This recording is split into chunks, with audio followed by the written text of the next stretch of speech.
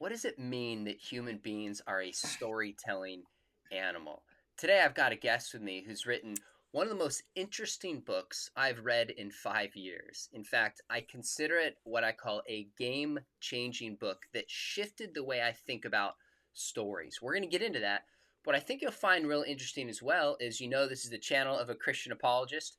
Jonathan Gottschall, my guest, is an atheist. And we're just going to talk a little bit of some of those differences about what our storytelling nature tells us, if anything, about the universe that we live in. So, Dr. Jonathan Gottschall, love your book, The Storytelling Animal. I seriously hope all of our viewers, Christian or not, will pick it up and read it. You will enjoy it. It'll make you think. Thanks for writing a great book, and thanks for just carving out the time to come on the channel of a Christian apologist.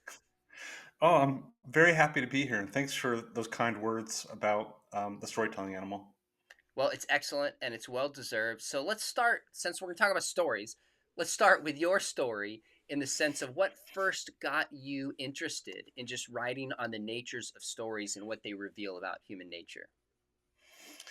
I guess you'd have to go back to graduate school. I came into graduate school as an English literature major. And when I got to graduate school, it was the 1990s, and it was a weird place, graduate school. It was heavily politicized in a way that the whole culture is politicized now. And it was also overrun by postmodernism and deconstructionism, and this sense that for whatever human beings could do on this planet, the one thing we really couldn't do is figure anything out. All knowledge was basically just out of reach. And I felt like this was a really miserable way of looking at the world. And I really wanted to understand stories better and the mysteries of storytelling. Like, why? We are animals.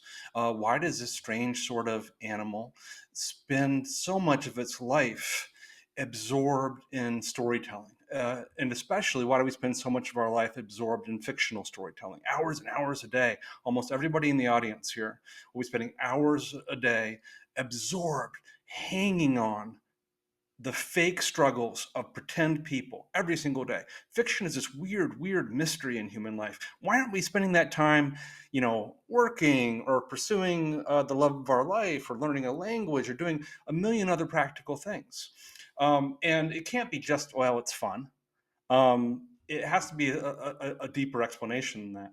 And so, anyway, I had these big, big questions about storytelling and the human addiction to storytelling.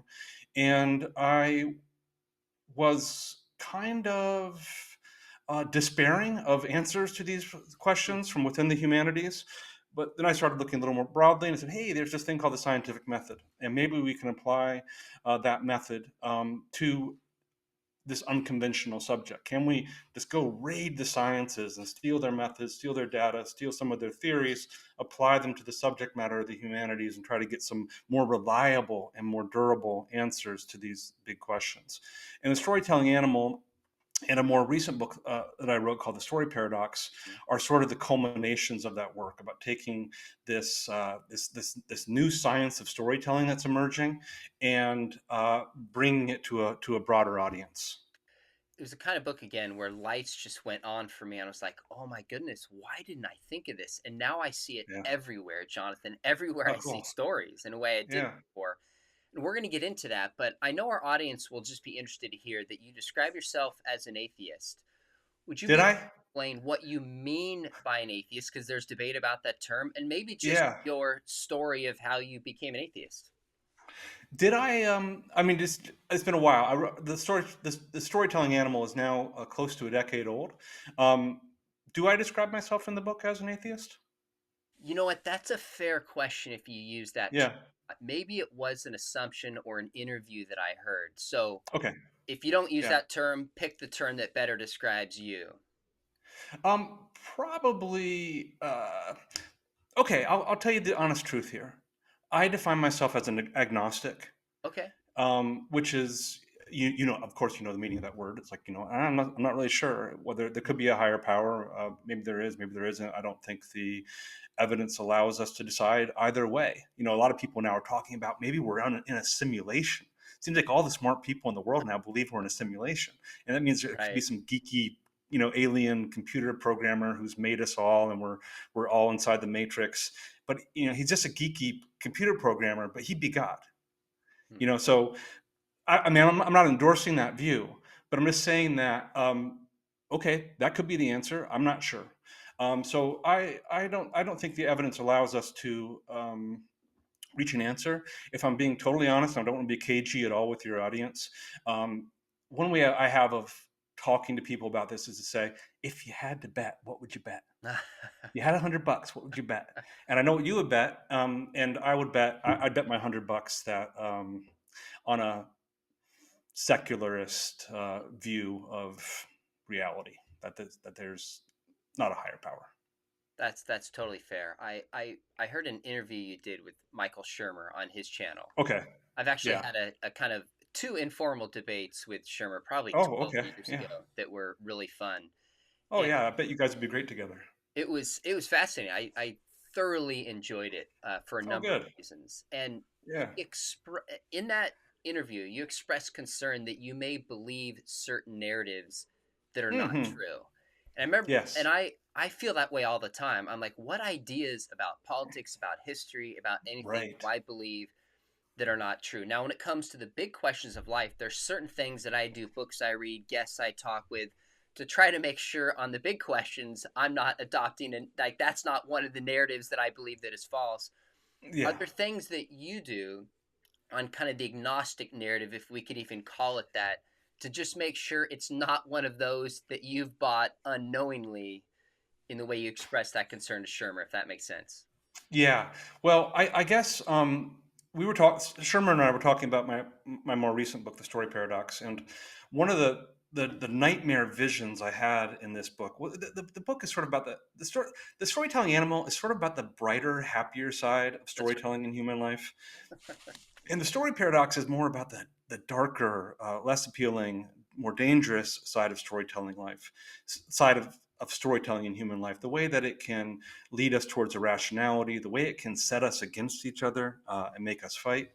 And one of the things that I say towards the end of the book is that I had this nightmare right. vision when I was writing it, that, and it was a vision of people reading my book and happily ticking off all the ways that my points and my ideas apply to the people and to the ideas and to the stories that they don't like, while never thinking to turn that skepticism around on Mm. themselves and to ask, um, which of my stories are just stories? Where have I departed from rationality? How am I besotted by these various fictions? And I think it's a really important question for people to ask of themselves. And the problem is we're kind of like the fish in water. It's hard for us to notice, to the extent to which we are absorbed inside stories, because our stories just seem like the truth. Um, Now, to turn this on myself, what I said to Shermer was, what worries me is that I can't name the stories that I'm lost inside. And my guess is that I am lost inside certain stories. Mm. I think everyone is. And I think that humility is important, because otherwise we're all just doctrinaire holy warriors for whatever our story is. I mean, I don't mean that in a religious sense. I mean a holy warrior for the Democrats, for the Republicans, for the liberals, for the conservatives, for the Yep. QAnoners, for the whatever your story is. You just become a holy warrior for it.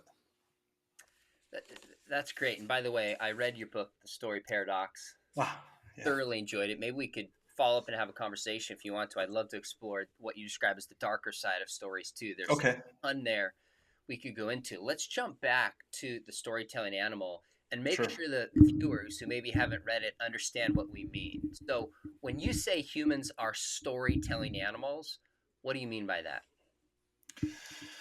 Oh, well, the, the storytelling animal is a book that gets into this very important, very ancient, and very simple debate. And the debate is, what is a human being? What is it? What is it that most sets our species apart from the rest of creation? And when you call the species Homo sapien, that's actually an argument in the debate. Hmm. It's an argument that it's our sapience that sets us apart. And sapience is this fancy Latin word that means wisdom. So Homo sapien means wise man. What sets us apart? It's our wisdom, it's our intelligence, it's our big brains, it's our rationality. But other people have argued, hey, wait a second, have you met people?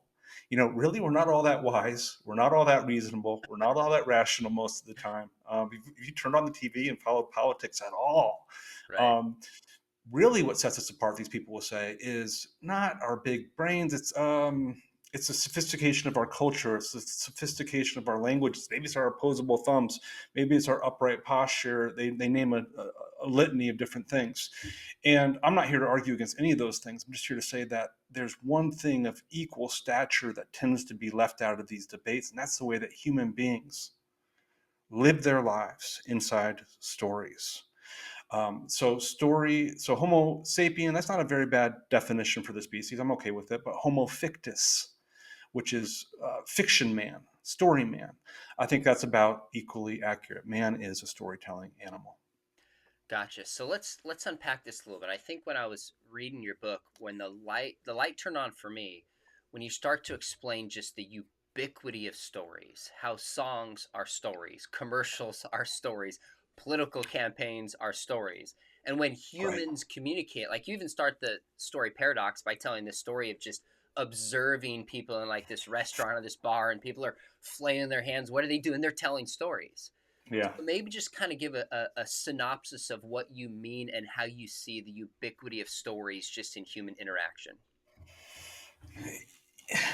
Yeah, ubiquity is the right word. I argue that Neverland, which is sort of this, not really an imaginary world, but just this story world, is actually the natural habitat of human beings. It's where we spend most of our time.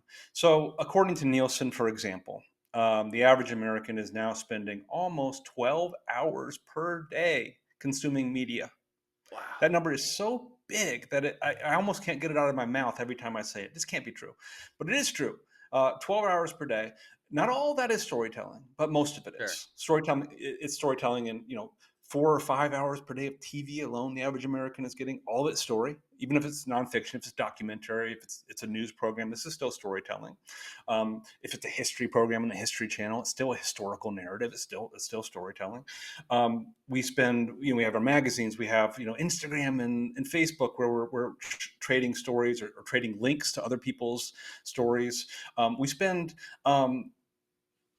much of the rest of the day absorbed in other stories of other kinds. So, for instance, if we were not talking right now, I'm going to be totally on point. I'm not going to daydream. My mind's not going to wander at all, because I have something very important to do. But as soon as the human mind doesn't have something very important to do, it gets bored and it wanders off into Netherland, and it begins Yep. telling itself stories. It Yep. begins to say, "Oh, I wonder if," I start fantasizing about what I would have said to Sean if I would have had a chance to say it again. The agnostic answer was so stupid, and blah blah blah. And I do my new line, or I fantasize about, I don't know, saving children from a burning building. It's some kind of crazy fantasy that I invent. We go to bed at night. The body goes to sleep, but not the brain. What does the brain do? It stays up the night long telling itself stories. Dreams are amazing. It's fascinating. We spend hours per night. The best estimate is about 2 hours per night, absorbed inside these little movies that we screen in the theaters of our own minds. It's amazing. Our children play at story naturally. They don't need to be tutored into it. They don't need to be forced to do it like we force them to eat their broccoli or go to bed. They do it naturally in regular developmental steps. So just like your kid might learn to walk at 1 and talk at 1, and I don't know, get complex sentences at 2 or 3 or 4. I don't know what I mean, regular developmental stages all around the world, kids will be on this. And it's the same with storytelling. It's the Mm. same with their make believe.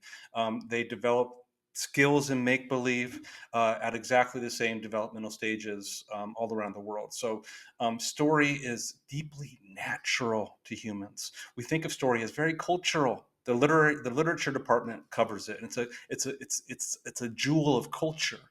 But storytelling is just as much of biology as it is of the humanities. Well, I want to get into the biology and science of it, but as you're speaking, I was staying focused, but stories started coming to my Of mind. course, yeah, I was yeah. looking at my backdrop, and in the corner, one thing I added was the Death Star Lego series, and there's a Okay, story behind. My son's girlfriend's mom puts Legos together, gave it to me. That cool. little basketball behind me, I took my son to the Final Four, and we went to the hotel where a lot of the coaches stayed, got it signed.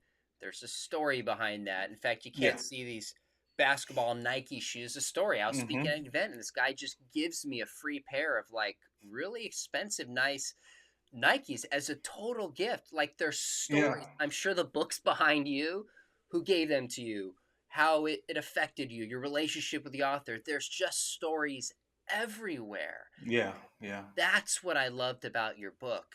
And that's Hmm. what I think just, I mean, even when my kids come home from school, my son calls me, he tells me stories. Dad, this person said that. This happened in class. It's stories. Hmm. So Hmm. that idea of storytelling animal, I think, captures human nature as well as anything. Now, you mentioned how Yeah. even biology speaks into this. Tell me what you think science contributes to why we tell stories. Well, that would be a very long answer, and I'm trying Okay. to figure out like how I can make it a shorter answer. I guess I'll just deal with a couple of small facets of this. Uh, Again, a big question. So you described from the story paradox, the opening scene where I'm in this bar and I'm kind of feeling depressed, and I notice that everyone in the bar is talking, and I notice that they're kind of moving around and they're kind of like gesturing and so forth. And I had this realization, and it's actually kind of profound and also at the same time totally banal.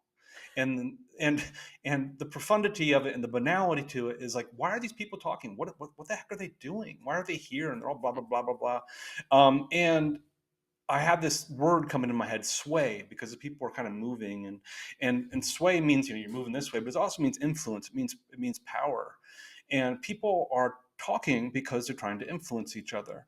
And storytelling is a form of human communication, and I argue that basically all communication is about sway in one way or another. Mhm. It's about communicating and influencing people. And story isn't just the one way that humans compete for sway. My argument is that storytelling is the main way that people compete Mm, for sway. And it's the main way, the most powerful way we have of swaying each other so hard that we may stay bent over forever.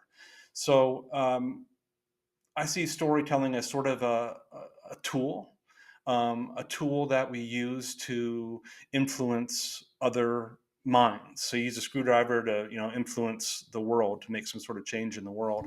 And storytelling is the natural tool that humans use to influence and shape and other minds.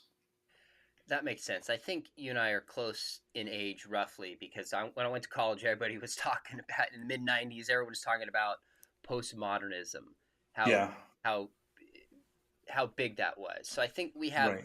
that in common.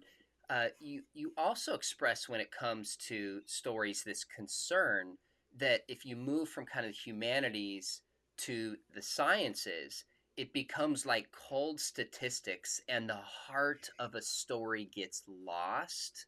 Yeah. Express that concern because when I think about moving story to theology, I don't have that concern. In some ways, I'd say it heightens it. If we're part of a grand story, you express concern in the story paradox that looking at this through a scientific lens might lose the gut of what story is. Um, I don't actually think that. Okay. I may have given that impression. Um, I actually think quite the opposite. I actually agree with you. Like if you have a story, a religious story, and then you go into the theology of it, you say that it doesn't um, erode the quality of the original story or make you Mm, lose the magic of it. And I completely agree. I don't. The what I'm responding to, I often hear that from my critics. My critics will often say, or not okay. just my critics, critics of people who are doing the kind of thing that I'm doing. They will say, hey, listen, man, you're going to destroy the magic here. Storytellers are storytelling is kind of the last bastion of magic. This last bastion of, I don't know, this kind of thing that you can't really explain. And why would you want to explain it and therefore explain it away? But to explain it is not to explain away. To me, if I were able to come up with a perfect scientific explanation of why Tolstoy's War and Peace is such a powerful and great novel, that would have absolutely zero impact on your ability to appreciate the story. Hmm.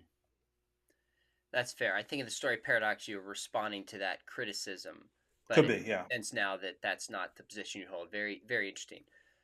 You talk about how stories affect us mentally and physically, and you could go whatever direction you want to, but you even talk about how we're watching stories. We have these neurons that are wired in our brain Yeah, that yeah. connect us to the story. Talk about that a little bit, if you will. Yeah, there's a kind of interesting physiology to it all. So in the story paradox, this is like right in my head right now more than the storytelling animal. Story paradox is more recent, but it's Totally. the same point. So I'll make it for the story paradox. In the story paradox, I tell this little short story. Come up with it myself. It's like 2 pages long, and it's basically a fairly classic, almost cliche story situation you might see in a thriller or a horror film, where you have this girl in peril. And she's hiding in the closet, and there's kind of this big guy after her, and she breaks out of the closet and runs away, and she's having this very powerful fight or flight reaction. That's what she would be having if she was an actual person and not a literary figment.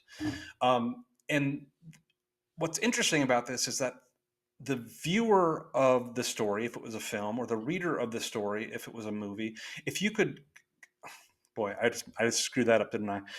But the reader or the viewer of this story, if they were hooked up to the proper scientific apparatus, you would be able to see that they were having basically a muted version of that same fight or flight reaction.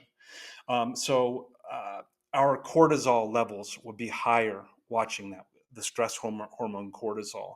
Our hair would be standing on end, not just hers. We'd be perspiring a little bit. Our heart rate would be higher. Our breathing rate would be higher. We would be having this muted.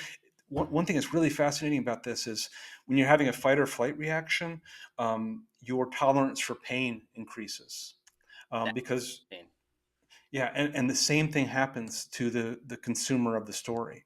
We have Mm. this small increase in our tolerance for pain. So anything happening physiologically. So okay, so what's kind of cool about this, just to sum up, is one of the things that makes stories so powerful is whatever's happening to the story character, whatever's happening to their brain isn't just happening to them. It is happening to us as well. We might not be completely aware of this, but part of the reason stories have such incredible power over us is because at a deep, unconscious level, whatever's happening to the character is happening to us as well, to our brains as well, to our physiological systems as well. One of the points that I was thinking earlier slipped my mind was that probably around the 90s, growing up at the same time, was this idea that subliminal messaging where somebody would just slip in away, a quick Yeah, image of a Coca-Cola or popcorn in a way you don't register consciously, subconsciously makes you want to go get popcorn. And right. as the data came out, you say it actually didn't affect people. But Yeah, what is the most effective means of communication is story. yeah, And yeah, I think that's where I started to think about, okay, so take the last presidential campaign. It's Biden told a story about America, told a story about its future. Trump yeah, tells a story about America, a story about its future. definitely. Commercials are Yeah, not just data and facts, they're stories of people experiencing joy because they buy a certain product or depression because they don't. And our brains connect with those stories, and that's what moves us. You even talk about how right. religious people like Jesus, Christianity is so effective because it's a story that Yeah, captivates people. That absolutely. Yeah. ubiquity of stories, I think, is really really powerful. So, I want to. Well, Yeah, But what you're hitting on is you're getting towards the deep reasons why story is so ubiquitous, because it is such a powerful form of communication, such a powerful form of messaging. And one of the reasons it's so powerful is because people in general aren't aware of it and don't know it until they're told. We might know in some kind of vague sense that stories are powerful, but if you go and you bring ordinary people into a psychology lab, this has been done, you just ask them, how are stories important in your life? Do they have power over you, how you think and how you feel and how you behave and how you decide? They'll say no, that's not very important to me at all. What sways me, what's influential in my life, is our statistics, facts, science. But with respect, those people are wrong, because the story science leaves very little reasonable doubt that when it comes to just about anything that a communicator could care about, do people like my message? Do people pay attention to my mm, message? Do they find it? Is it memorable? Is it persuasive? And do they amplify my message by spreading it around through their own social networks? Uh, Stories outcompete other forms of messaging, and they do so by a lot. mm, Now, there is one little catch, and the catch is important. And the catch is none of these special powers of stories kick in unless the story is actually good. The story has to be good. right. So you can, and then this ties to this other question. Well, what makes a story good? Yep. And when a literary critic, or some a movie reviewer says the word good, it's soupy, it's subjective, it's hard to define. But when scientists and psychologists and people like me talk about this, what we mean by good is, does the story cast the spell of narrative Mm, transportation? And narrative transportation is this. It's maybe one of the very best things about being alive and a human and walking around on the skin of the earth. It's one of our favorite things to experience. And narrative transportation is simply this: you come home from a long, hard day at work, and you turn on Netflix or you pick up a novel you really love, and you mentally teleport out of your own mundane, yeah. boring drudgery, maybe even your very painful life, and you find yourself in these alternative story worlds. And being in those worlds is this state of high attention. People can play, our short attention spans evaporate. Suddenly we have very, very long attention spans. We can pay rapt attention for hours on end to a very good story. But it's also this state of high suggestibility. Mm, People are more open-minded when they're in storyland, which is a wonderful thing. mm-hmm, That's a positive way of putting it. mm-hmm. Um, there's a darker side, though. Another way of putting it is people are a lot more gullible when they're in storyland. We're much easier to mold and to manipulate, which is why the marketers that you keep talking about, not keep talking about, that you've mentioned a Yeah. couple times, Yeah. why the marketers, for instance, communicate in storytelling. It's why propagandists communicate in storytelling. It's why con artists communicate in storytelling, and it's why all the good guys communicate in storytelling too. But the key thing to understand about storytelling is it's not good. It's not good. It's just powerful. Stories are powerful, and the force of storytelling is, I think, it's sort of like a mercenary. It's a mercenary that Mm. will sell itself just as eagerly to the bad guys as it does to the good guys. Well, the words you use, like force, and if I remember, you use the example of almost like a Star Wars like force over somebody. That's how powerful stories are. And Yeah. I think I think it's a great illustration. It's helpful. I mean, I tell my students, I say, think about the difference when you go in to hear a sermon in church or a Hmm. political speech. You know somebody is trying to persuade you, so your defenses are up. Right. But in a movie or in a story, they're not, and Right. yet they're still telling a view of the universe. There's a moral behind it. So Hmm. maybe we're more susceptible because we're just not aware. It's the Oh, that's subtle nature exactly it. of stories. Yeah, you got it. You Mm, got it. And good storytellers have always understood this. mm, I mean, like, Jesus might not have had the whole apparatus of biology and science and physiology to sure. ground his views in, but he understood at a basic DNA level that this is the best way to communicate. This is the best way to teach. And other uh, great thinkers, great teachers, great holy men have had the same insight. All around the world, religions are uh, made out of stories Mm, because people have hit upon the same exact trick. And I think you're right that um, one of the things that if you were going to a basic storytelling course, like a creative writing course, on day one, I don't know if it'd be the first commandment or the second commandment or the third commandment of the sure. storytelling course, but it would be high on the list. Would be we've all heard this phrase: "Show, don't tell." A Mm, bad, clumsy storyteller tells everything. Don't do this, do that, blah blah blah. A good storyteller, subtle and sophisticated, quality storyteller, sort of infers or implies things without coming right out and saying it. And the reason is, it's just what you said. As soon as you come out and say something directly, we are knocked out of that receptive mode of narrative transportation where we are sort of soft and um, pliable, and we get into a much different state of reception where we're critical, we're skeptical. We mm. know this person's trying to persuade us, and we put up our defenses. I think it's interesting to see people on all sides of the political and religious spectrum do this. The recent Netflix movie with Leonardo DiCaprio is like Yeah, preaching about environmentalism in a way that's just wooden, stereotypical characters people feel preached at. And I think I see these Christian movies that are just so explicit in your faith, in your face, doing the same kind of thing.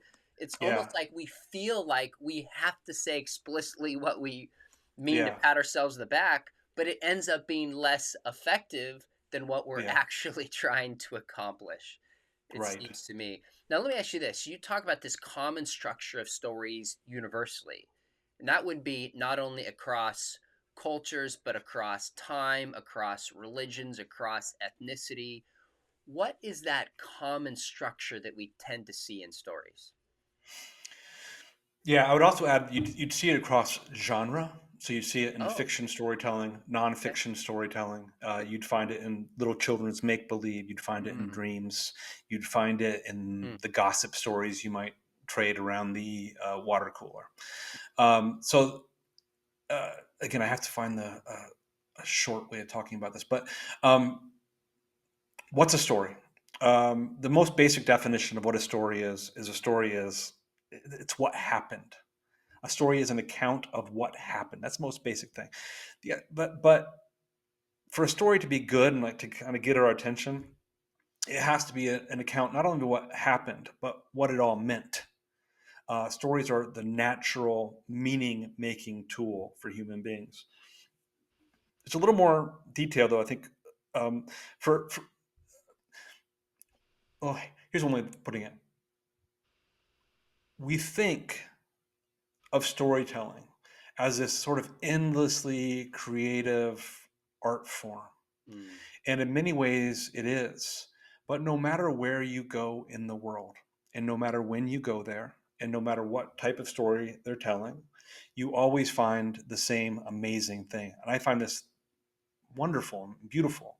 mm, Um, all around the world, the people, no matter how different they seem, they're telling stories, and on the whole, their stories are exactly like ours. The same basic obsessions, the same basic structures. What's a story? A story always has a character. The character has some sort of problem, and they try to solve it. Stories are problem solution structures. Stories are not about people having good days. Stories are generally about people having bad days, often the very worst days of their whole life, and struggling to gut through. Um, and as corny as it sounds, stories tend also to have a moral dimension, some mm. sort of moral, ethical dimension that points the way to a sort of meaning. If the story doesn't have that moral or ethical dimension, some sort of set of values being expressed, then they typically seem pretty empty. Mm. Again, one of the takeaways I got from your book, The Storytelling Animal, and you highlight this a little bit in the story Paradox, is just that in every story there's a problem, there's Yeah, predicament, there's drama, yeah, or it'd be a boring story. yeah, yeah, So I like to watch the NBA, and it's really not about numbers and statistics. it's the story of James Harden presumably can't get along with Kevin Durant, leaves to a new team, and people are telling stories about this. And part Right. of, you even look at like the NBA, the more that there's a team that people seem to hate for whatever reason, we hate Golden State, we hate this Yeah. team, it creates drama and more interest in the sport. The Right. drama creates a good story. I Now, couldn't agree more. Yeah. you talk a little bit about kind of the role that story plays in religion.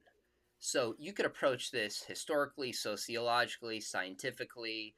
Obviously, Hmm. great religions, in a sense, are stories about reality. But Hmm. just talk whatever direction you want to go about how storytelling shapes the way religions function or we think about religion, etc. um, I don't know if I have anything super smart to say about that. Um, I certainly am not the sort of atheist or agnostic who makes it my job to go out and try to talk people out of their religious beliefs. I'm not interested in that. It doesn't work. Um, I think we live in this incredibly diverse society. You know, it's incredibly ethnic, multi-tribal, multiracial, multilinguistic, multi-religious, and it always has been from the very earliest eras of American history. There wasn't some time when we were a homogenous society. It was full of African people from all over Africa. It was full of indigenous Americans. It was full of people who really thought of themselves as extremely different. You know, British people and Italian people and Irish people didn't think of themselves as the same ethnicity. They thought of themselves as very different. Sure. And so I do feel like there's I worry a lot about the polarization of American society, about how mean we're all being to each other, how much we argue about each other, with each other, and I do feel like on some of these issues we just have to agree to disagree. Mm. Um, so, what do I think about? How do I think about religion in terms of stories? I think religions are stories. That's fair. Yeah, I mean, again, I don't think I have much to say about that. And you agree with me. I think that most religious people totally agree with me. The only question is, um, most religious people would insist that it's a true story. Mm. Um, that would be the big difference.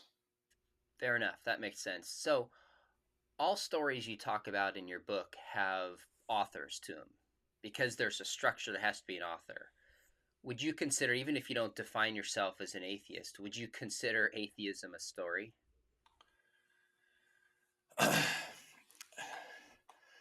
I think there's a way that you could say it was a story. Yeah, I wouldn't like argue adamantly against that. I think um, I mean, there is a narrative of atheism. You know, it starts with the Big Bang or something and works its way through Darwin to the present. Um, and so I don't deny that. I don't really think of myself as a doctrinaire atheist. Sure. I do think that conceivably there is evidence that could convince me of a religious worldview. You know, if Mm. some God were to appear in front of me and produce miracles for me, I'd say, probably the best explanation is either I'm having a stroke or, Sure. or this is true. So Okay. I do think that there's evidence that could convince me. Um, I think of myself more as trying to apply a scientific attitude towards my entire life, and how I think about science is actually um, humanity's best defense against storytelling. Um, Mm. it's the best trick Mm. humans have invented for keeping stories from rioting uncontrollably through our lives. It's the best way of saying, all these different stories, how do we decide which of them is actually true?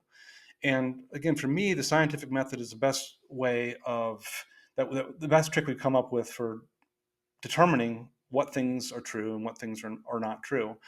And so I don't think that I'm lost in a narrative of atheism. I think that after crunching different data and consuming a lot of science, um, this is the most uh, what's the word I'm looking for? The most parsimonious explanation. Um, and again, I know you disagree, and part of the reason I'm Yeah, kind of yeah. stuttering my way through this is like I actually don't want to fight with people. Oh, I don't, yeah. I and I don't want to talk anybody out of their own beliefs. I'm glad, you know, you're the way you are, and I'm glad you believe the things you believe. I'm glad it makes your life more meaningful, and I like the Christians in my life. I think they're almost invariably really really nice people. My wife has had a medical scare recently, and all the she's a teacher and a college teacher, and the Christians in her class reached mm, out to her and said, "Hey, you know what? We'd like your permission to pray for you." It's so nice. It's so wow. nice. It's Wow. so kind. And some didn't even ask for permission. They just said, "We're going to pray for you." So I don't. Yeah. I think on some of these things, like we talked about possibly doing this as sort of like a debate earlier on, not even a debate, more of like a discussion about and there's two reasons I didn't want to do it. One is you're going to kick my butt. This is your job, you know. So you're going to kick my butt. Number one. Number two, I don't know. I don't think we can convince each other of anything. Mm, And number three, since I like you, I don't want to. I don't want to fight, and I don't. I certainly wouldn't want to strip you of your deepest beliefs. mm. Not that I could, but I wouldn't Sure. want to if I could.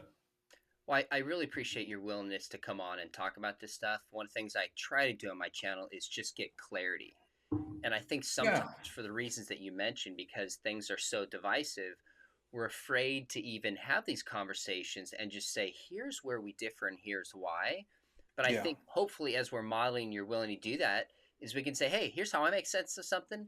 Can you make sense of something? Listen to each other. Maybe ask some tough questions because we're just interested, but without yeah, it threatening a relationship. That yeah. doesn't happen a lot. So really Right. appreciate your approach, how you do that. One more question, then I want to get in a couple I things. appreciate you on that too. Well, thanks for saying that. That's awesome. Yeah. One more question, kind of about the storytelling animal. Then I want to ask you Mhm. some questions that just intersect with the question of God and just get your reflections on them. At the end Okay. of the storytelling animal, you talk about how story is changing. So you describe that there's this universal structure of story, like you said, across genre, across time, across age, but it's also built into us. However, it got there, it's a fixed part of what it means to be human. But the Yeah. means by which we tell stories might change. So, really, TikTok is 1 minute stories. That's what it Yeah. is. Yeah. Yeah. Do you have any sense of where storytelling is maybe headed at this stage going forward? Yeah. I sure do. Um, it's going to the metaverse. There we go. It's going to the metaverse. Yeah, it's simple. Mm, Once you get into the Oculus Rift, if you once you put those things on, you're like, oh well, obviously this is where everything is going to end up. Um, and the metaverse is a really kind of a fascinating phenomenon. It is at one time very exciting because you can when you put on the goggles and you go into these alternative worlds, it is completely convincing to your brain. I went the first time I ever had a virtual reality experience. I was in Nashville, and I went to this virtual reality arcade. It was before there was even like the home headsets, or before anybody could afford them. And I went in there and I went into a story where there was a zombie apocalypse. And I was basically humanity's last great hope. And I had to fight off all these zombies and save the world. And I was with my brothers, two of my brothers, and we together, fought off the zombie horde. And it was incredibly intense. And my brain was completely taken in by it. Even though the world was cartoonish, my brain just accepted that. Oh, this is kind of a cartoonish world. And I took the goggles off at the end of it, and I was sweaty and I was jittery and I was stressed out and I was sad Mm. because I had seen my brothers die again and again, and it was terribly realistic. I just, and so then we go afterwards and we go to have dinner, and everything seemed kind of pointless afterwards. We had this. We wanted to get back into the zombie apocalypse world where our life was extremely meaningful. The meaning inside that simulation was so huge. We were fighting the forces of evil to save the world. And suddenly we're like, tourists in Nashville again, and we're living these boring lives. So I think of virtual reality as this kind of cool but also terrifying thing. Oh, by the way, when the guy when I took off my goggles, the owner of the arcade said to me something like, "Hey, how'd you like it?" And I said, this will change the world and it will destroy it." Wow. Um, and the reason is, once you go into that world, why would you want to come out? Why would you want to stop being God? Is how I put it. Because Mm. once you're in that world, you can do whatever you want. You can have any kind of fantasy you want. What do you want to do? You want to save the world from zombies? You want to have some all your fantasies come true in a romantic or sexual sense? What kind of thing do you Mm. want to happen? It can all happen in there. And then once you have that, all those possibilities, why would you want to come out? Why would you want to stop being a superhero? I think it's real interesting that you said, why would you want to not be like God? Now, of course, I'm going to interpret that a little bit differently, being a Christian, saying, yeah, you go back to Genesis 1, that was the original issue, has not gone anywhere, but maybe the tools about how to do that have Yeah. changed. I have a bunch of questions for you, Jonathan, and you can just say, you know what, I haven't thought about this. You can tell me Okay. you think I'm crazy, which is fine. I'm not trying to win an argument. I just want to know how you make sense of this, because I think Okay. as we're looking at stories, we're bringing different worldviews, and because of that, we just process them differently. Okay. So in the preface, you said something really interesting. You said nothing so central to the human condition is so completely misunderstood as our storytelling nature. I think And I said poorly understood. oh, poorly understood. I wrote down It's in a here. slight difference. Okay, tell me quickly what that difference is. Um, I don't think people have thought about it very much. Fair enough. Misunderstood, but it seems like there's a lot of thinking going on about this, and it's wrong. I Okay. think for the most part, these questions about why humans spend most of their lives in Neverland are just neglected. Okay. Fair enough. Good qualification. So it seems to me one way to go to this is to the sciences, and I would totally agree that this unlocks a part of it. But I Hmm. look at this as a Christian and I think, okay, wait a minute. If a personal God exists, has made us in his image, and we are actually a part of a story, wouldn't we expect human beings to be storytellers? Partly because, as a Christian, I look at the world and I say, the purpose of life is to know God and know other people. And relationships, as you say, are one of the most powerful ways to be in I'm sorry, telling stories is one of the ways that builds relationships with people. So I'm thinking our storytelling nature, if we look at this theologically, we're a part of a story. We are meant to be in relationship with one another. Wouldn't this unlock a deeper way of understanding story? So would you agree, but just say that it's false, or would you see differently that insight? Yeah, I wouldn't. I would. I think it's really a neat way of looking at it, and I wouldn't argue vociferously against it. Hmm. I guess my response would be this: if I was being honest, um, what you're saying is I can find a way to make all of these insights consistent with my existing worldview. And this is, for the most part, a trivially easy thing for human beings to do. We can always find evidence for our ideas, and if you want evidence of that, all you have to do is look around you. People find look out in the world and they see uh, knockdown evidence for Bigfootism, for UFOism, for QAnonism, for liberalism, for conservatism. People will always find ways to uh, gather evidence to them that supports the narrative. The question that I'm always tempted to ask is, it's easy to find evidence. What idea would falsify your narrative? Hmm. What evidence could I conceivably produce for you that would falsify your narrative? Yeah. And if you can't answer that question, Mm. not just you, but let's say you for the Sure. purposes of this discussion, if you can't say, you know what, if I came across this evidence, Mm. I would have to admit that my worldview was incorrect. If you can't come up with a conceivably falsifying set of circumstances, then I'm not sure we're really having a, a rational conversation Mm. in the sense that I could at least conceivably persuade you. Whereas again, I feel like from my point of view, um, I think I could be persuaded of anything with proper with the right evidence. Mm.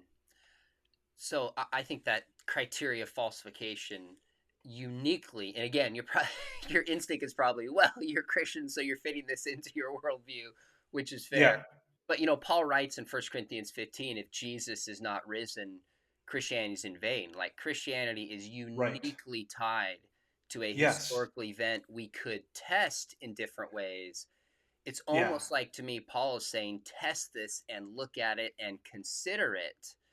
That Right. would be a way of falsifying it. Now, when it comes to stories, But I actually, how would I ever convince you of that though?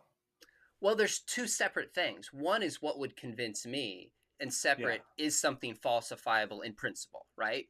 Hmm. Those are distinct questions. And I think if you were asking me that question, it would just be, is there a better explanation for the origin of Christianity, the conversion of Paul, certain facts that we know surrounding it? If there were a better explanation, now admittedly, because this is a story I've embedded my life in, Yeah. counting the cost of that emotionally, that's a huge psychological component that goes back to the first question I asked you, like how honestly are all of us willing to consider that the story we've imbibed himself, we've bought into is false. And I don't think most people, whatever story they're in, are willing to sacrifice that. I think you're right. Yeah. um, But after having read these books and had this conversation, I'm curious, do you ever wake up in the middle of the night and say, what if this is all an illusion? mhm, What if I'm just deluding myself? What if this is just a really pretty story and I'm a scared person, like we all are, and I'm yeah, facing the vastness of the universe and the tragedy of the human condition that we're all going to die and everyone we love is going to die. And so I've latched on to this story that gives everything a happy ending. Um, do you ever run that? Do you allow yourself to consider that? that is totally fair, and I'm glad you asked me that question. And as honest as I can be with myself, the answer is yes. Now, what do I mean by that? I'm a natural doubter, Jonathan. I just kind Hmm. of doubt everything. I'm like, did I buy the right car? Did I get the right camera for this live stream? I just question things. And I have friends who don't question things the same way. And in some ways it bothers me. I'm like, but how do you know? What if you're wrong? Have you read the other side? Like, these are questions that just drive me. Part of my dissertation was on the deaths of the apostles. Did they really die for their belief that they had seen the risen Jesus? How do we know this? And so my research, like you, with all the books behind me, if I panned in on the books, there's Christian books, atheists, agnostics, everywhere in between. There is this sense that partly drives me. I just want to know if this is true. And Hmm. so I think you're right that all of us to a degree are tempted to believe something for finances, for our reputation, for comfort. And Hmm. how honestly are we asking those questions and exploring them? All I Yeah. can tell you is that I do my best to listen to all sides, to really ask myself what makes sense. And I live with doubt. I'm a Christian because I think it's more reasonable existentially, emotionally. I do think the evidence points that direction, but I'm not certain. I have Yeah. doubts. Sometimes I actually go, am I crazy? Like, I actually think a guy died and rose from the grave and the tomb was empty Yeah. and appeared to people and they seemed to levitate into the sky. Like, am I nuts?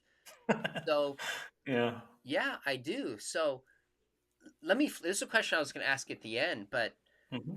um, and feel free to come back. I love the questions. This kind of Yeah. conversation is even more interesting. For me, I realize that Christianity could be false. I'm well aware of that. But when I think about some of the despair and death that's coming, the end of life, to me, because I think Christianity is true, I want to find ways to believe it more because it gives power over confronting death. That's at the heart of the Christian faith. So for me, since I think Christianity is true, it's kind of stepping into reality that liberates me from those feelings of despair. Again, if Mm. that is reality. Yeah. You said something very interesting. You said, quote, positive illusions keep us from yielding to despair. Mm. So, in other words, in an agnostic or an atheist worldview, it Mm. almost feels like you have to willingly tell yourself stories to not regularly confront the reality of death and all these things that are coming. Do you weave positive illusions? You hint, I think you mentioned something like in the age of Prozac, like sometimes we just take drugs to avoid this. Like, talk about that a little bit, if I've represented it fairly, and maybe what stories you would tell yourself not believing God to confront some of those difficulties. These are great questions. These are eternal questions. Mm. On my table right now, this is my you are in my office slash ping pong dojo. And Ooh. so I'm sitting at my ping pong table right now.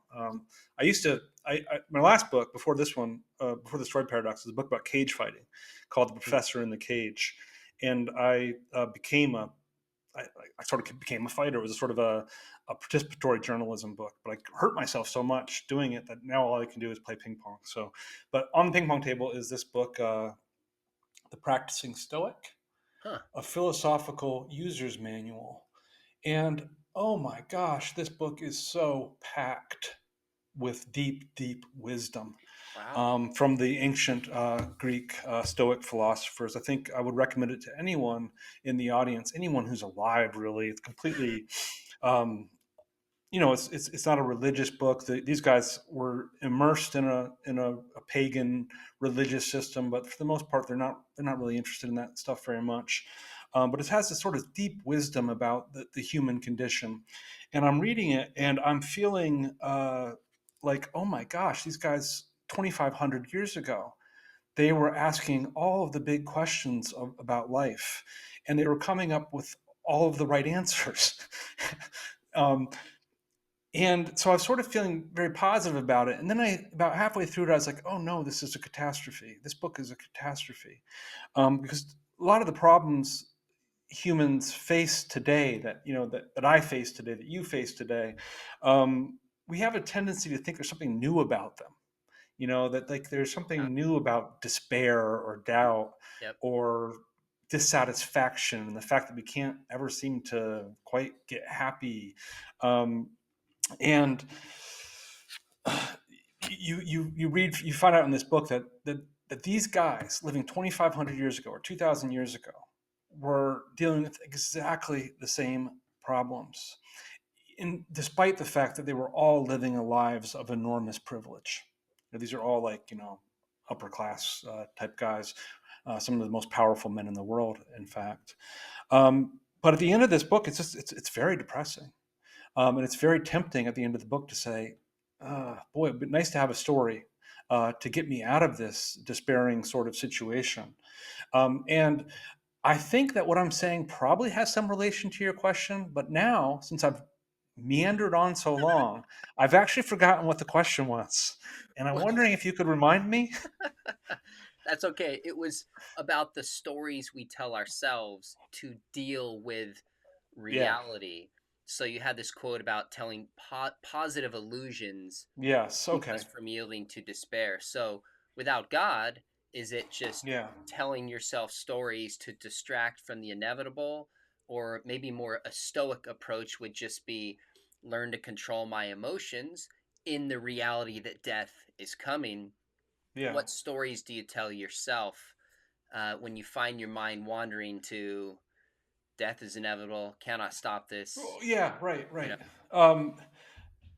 So I guess what I was trying to get again, I don't know how coherent I'm being, but when I got to the end of this book, the Stoics give you some advice about how to deal with these problems, but in the end, you're still locked into this human tragedy, Mm, where we're all going to die.